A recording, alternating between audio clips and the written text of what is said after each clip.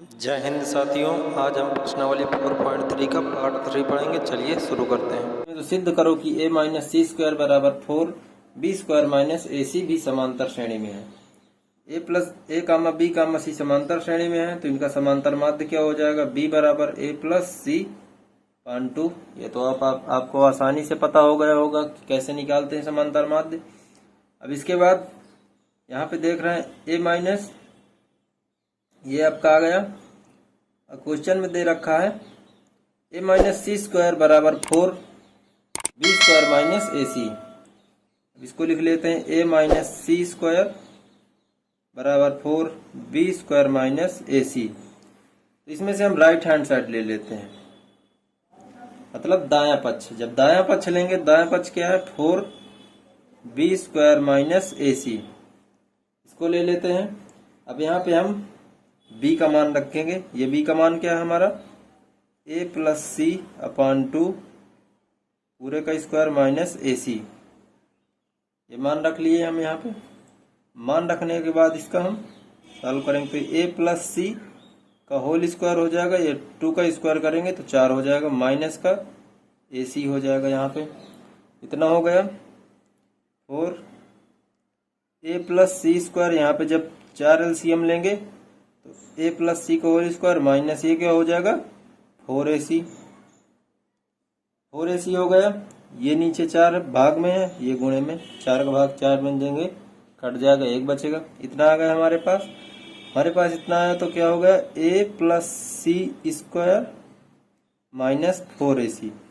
a plus C का whole square मतलब a plus B का होल स्क्वायर का फार्मूला जो होता है वही हम a प्लस सी का होल स्क्वायर का फार्मूला रख देंगे। यहाँ पे क्या होता है? a square plus C square plus 2ac minus का 4ac। तो a square plus C square 2ac से 4ac घटाएंगे, माइनस का 2ac बचेगा। अब ये फार्मूला हमारा क्या, किस चीज का फार्मूला है? अब दिमाग लगाइए। a square plus C square minus 2ac a minus C का होल स्क्वायर का फार्मूला है। जिस प्रकार आप a माइनस बी का होल स्क्वायर का फार्मूला पढ़ते हैं, तो उसी प्रकार ये a माइनस बी की जगह पे c आ गया है, तो a माइनस बी का होल स्क्वायर का फार्मूला है। आपको यहाँ पे a माइनस सी हो जाएगा। a माइनस बी की जगह c ने अपना स्थान ले लिया है, तो a माइनस सी का होल स्क्वायर हो जाएगा। यही आपका बायां पक्ष हो जाएगा। यही आपको देख लीजिए, a माइनस सी स्क्वायर सिद्ध करना था हमें कि a माइनस सी स्क्वायर बराबर 4 बी स्क्वायर माइनस, ये बराबर ये हो गया। क्वेश्चन 15 नंबर सॉल्व हो गया। 16 नंबर क्वेश्चन देखते हैं। यदि a square b plus c, b square c plus a, c square a plus b समांतर श्रेणी में है, तो सिद्ध करो कि ए बी सी समांतर श्रेणी में है या A B plus B C plus C A बराबर 0। चलिए इसको सॉल्व करते हैं। यहाँ पे दे रखा है ये हमारा समांतर श्रेणी में है। जब ये समांतर श्रेणी में है तो हमारा इसका समांतर माध्य क्या हो जाएगा? बी स्क्वायर सी प्लस ए बराबर सी square a plus B plus A square b plus सी। समांतर माध्य तो आप आसानी से निकाल लेते होंगे। ये आपका समांतर माध्य हो गया। यहाँ पे जब 2 का इधर गुणा कराएंगे तो क्या हो जाएगा? 2 बी स्क्वायर सी प्लस ए बराबर सी square a plus B plus A square b plus सी। ये हो गया हमारा। अब इसका अंदर गुणा कराते हैं, 2b स्क्वायर प्लस सी हो गया। यहाँ पे इतना हो गया हमारे पास। इसका अंदर गुणा करा देंगे। 2b स्क्वायर को हम क्या लिख सकते हैं? 2b स्क्वायर सी प्लस ए बराबर सी square a plus B plus A square b plus सी। ये हो गया। 2b स्क्वायर को हम लिख सकते हैं 2b प्लस बी, यानी b square plus b square. B square plus b square लिख सकते हैं तो b square c plus a हो गया एक, प्लस का बी स्क्वायर सी प्लस का ए। जब इसको जोड़ देंगे तो 2b स्क्वायर सी, यही चीज हो गया हमारा। सी square a plus B plus A square b plus सी हो गया। इतना प्राप्त हो गया हमें। जब इतना प्राप्त हो गया तो इसके बाद हम बी स्क्वायर सी प्लस ए, इधर से हम माइनस का ए स्क्वायर बी प्लस सी, इधर प्लस में इधर आएगा माइनस में हो जाएगा, और यहाँ पे बी स्क्वायर सी प्लस का ए, ये प्लस में इधर माइनस में आएगा, सी स्क्वायर ए प्लस बी बराबर 0 हो जाएगा। यहाँ पे हमारा इतना 0 हो गया। 0 होने के बाद यहाँ पे हम सॉल्व करेंगे जब, तो हमारा क्या प्राप्त होगा कि A B plus B C C A and 2b minus A minus C बराबर 0। जब यहाँ पे गुणे पे है तो 0 के नीचे भाग में जाएगा। जब 0 में किसी संख्या का भाग दिया जाता है तो वो तो शून्य हो जाएगा। तो A B plus B C plus C A बराबर 0, यही आपको सिद्ध करना था। और ये ए कामा बी कामा सी समांतर श्रेणी में है तो बी बराबर ए प्लस सी अपॉन 2 हो जाएगा। ठीक, जब ए कामा बी कामा सी समांतर श्रेणी में है तो बी बराबर ए प्लस सी अपॉन 2। एक आंसर ये और एक आंसर ये। अगला नंबर क्वेश्चन कह रहा है किसी समांतर श्रेणी का पदों की संख्या विषम हो तो हम माना कोई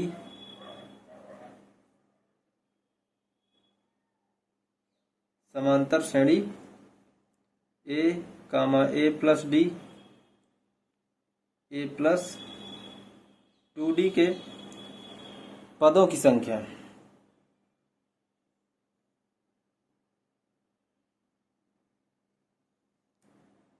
2n प्लस 1 है। यह हम मान लिए इतना। वहां पे बताया है कि मध्य पद प्रथम पद तथा अंतिम पदों के समांतर माध्य बराबर होंगे। अब यहाँ पे हमारा प्रथम पद क्या हो जाएगा, इस श्रेणी के हिसाब से हमारा प्रथम पद हो गया ए, और यहाँ पे अंतिम पद क्या हो जाएगा, अंतिम पद का फार्मूला आपसे बताया था एल बराबर A N minus 1 into D. प्रथम पद हो गया ए, यहाँ पे प्लस है, प्लस एन की जगह हमारा हो जाएगा 2n प्लस 1 पद माइनस का 1 इंटू डी। तो ये हो जाएगा ए प्लस ये प्लस ये माइनस कट जाएगा तो हो जाएगा 2n इंटू डी। ये हो जाएगा ए प्लस 2n डी। ये आपका हो गया अंतिम पद। इतना प्राप्त हो गया हमें। जब इतना प्राप्त हो गया तो उसका कहने का प्रथम पद तथा अंतिम पदों के समांतर माध्य के बराबर होगा। तो प्रथम पद और अंतिम पद का समांतर माध्य निकालेंगे।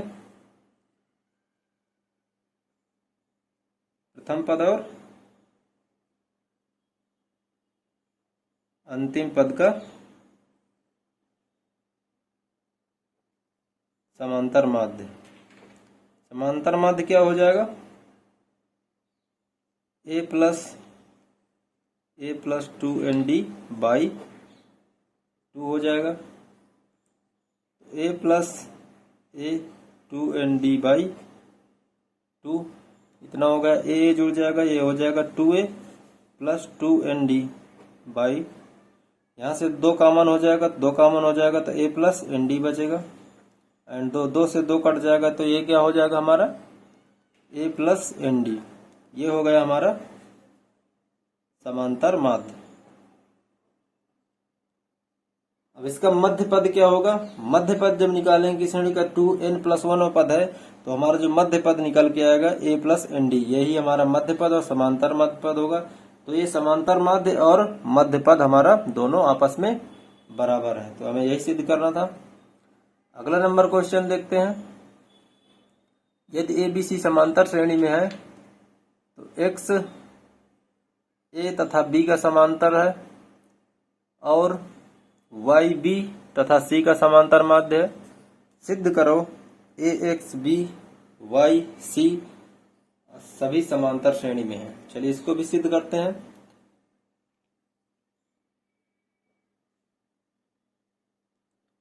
इसमें देखते हैं कि ए बी सी समांतर श्रेणी में है तो समांतर माध्य हो जाएगा ए बी सी ए कामा बी कामा सी का समांतर श्रेणी का समांतर माध्य डी बराबर ए प्लस सी बाई 2। ये आपका समीकरण 1 हो गया। अब यहाँ पे कहा x जो है ए तथा बी का समांतर माध्य है। समांतर माध्य है ए तथा बी का समांतर माध्य x हो गया। ये समीकरण 2 हो गया। यहाँ पे अब कहा है y जो है b तथा c का समांतर माध्य है। b तथा c का समांतर माध्य y हो गया। में सिद्ध करना है a, x, b, y, c समांतर श्रेणी में है। तो यहाँ समीकरण हम 1 से देखते हैं। समीकरण 1 से हमारा हो जाएगा 2b, a प्लस c, 2 का इसमें b में गुणा करा देंगे। 2b बराबर a प्लस c। अब यहाँ पे 2b को हम क्या लिख सकते हैं, b प्लस b बराबर a प्लस c। तो यहाँ पे हो जाएगा b, उधर प्लस में a है, इधर माइनस में आ जाएगा, बराबर c माइनस b। अब यहाँ पे हमें ये प्राप्त हो गया। तो हम आसानी से कह सकते हैं कि a, x, b, y, c समांतर श्रेणी है। अगला नंबर क्वेश्चन देखते हैं। यदि a, b, c समांतर श्रेणी में है तो सिद्ध करो कि निम्न भी समांतर श्रेणी में होंगे। मतलब ये भी समांतर श्रेणी में होंगे। दे रखा है ये समांतर श्रेणी में है तो 1 अपान b plus 1 upon c, b 1 upon c plus 1 upon a, c 1 upon a plus 1 upon b, ये समांतर श्रेणी में है। यदि समांतर श्रेणी में है तो इसका एलसीएम ले लेंगे हम। कितने का एलसीएम लेंगे तो BC हो जाएगा। तो ये हो जाएगा C प्लस B, B जब एलसीएम लेंगे तो CA हो जाएगा तो A प्लस C, C यहाँ पे एलसीएम लेंगे AB तो ये हो जाएगा B प्लस A। ये पूरा समांतर श्रेणी में है। इसके बाद A का अंदर गुणा कराएंगे इतने में तो हो जाएगा AC प्लस AB अपान B। यहाँ पे हो जाएगा B का अंदर गुणा कराएंगे तो AB प्लस BC अपान AC, C का अंदर गुणा कराएंगे BC प्लस AC अपान AB। ये भी समांतर श्रेणी में है। पूरा जो आएगा सीरियल, जो आपका जितना भी मान आएगा समांतर श्रेणी में चला आएगा। इतना समांतर श्रेणी में हो गया। अब यहाँ पे हम प्रत्येक पद में 1 जोड़ देते हैं।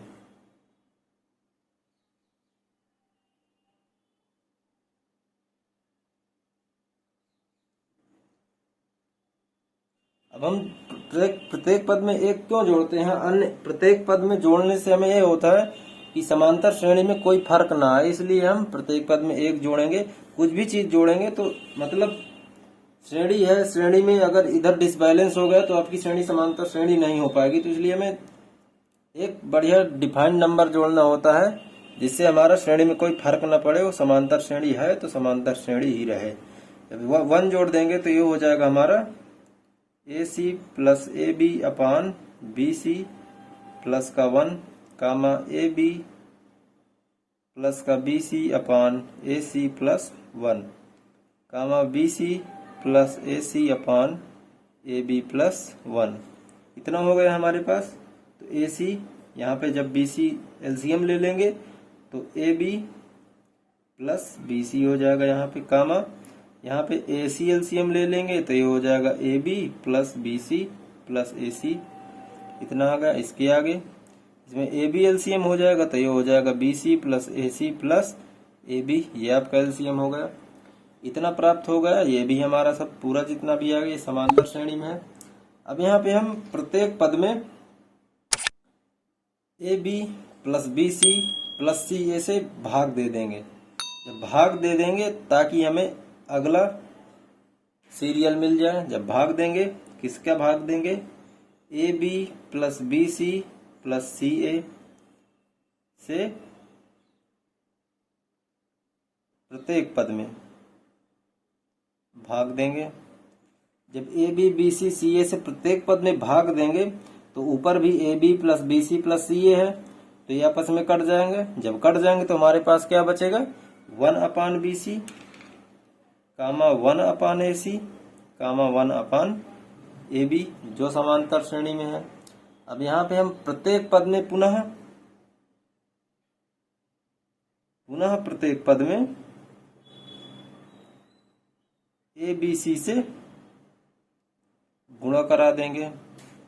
जब गुणा कराएंगे यहाँ पे 1/BC, यहाँ पे ए बी सी का गुणा कर दिए हम, इसके आगे 1/AC गुणे a b c, 1/AB into a b c. तो BC से ABC कट जाएगा, AC से AC कट जाएगा, AB से AB कट जाएगा। तो हमारा क्या बचेगा, A, B, C जो समांतर श्रेणी में है।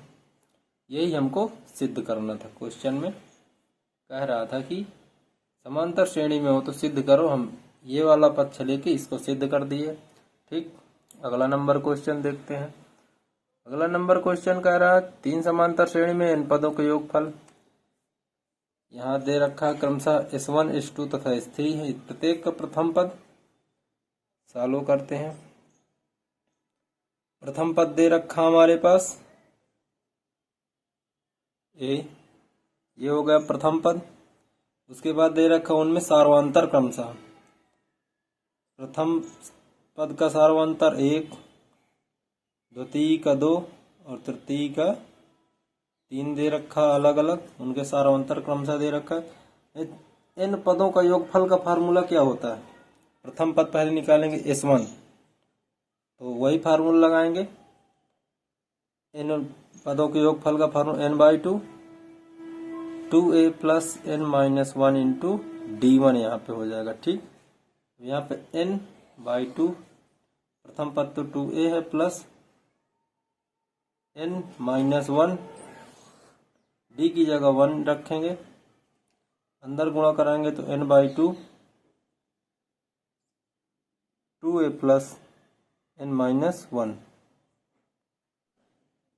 यहाँ प्रथम पद A दे रखा हमें 1, A की जगह रख देंगे 1 यहाँ पे, n/2, 2 into 1 plus n minus 1। ये हमारा क्या निकल के आएगा, n/2,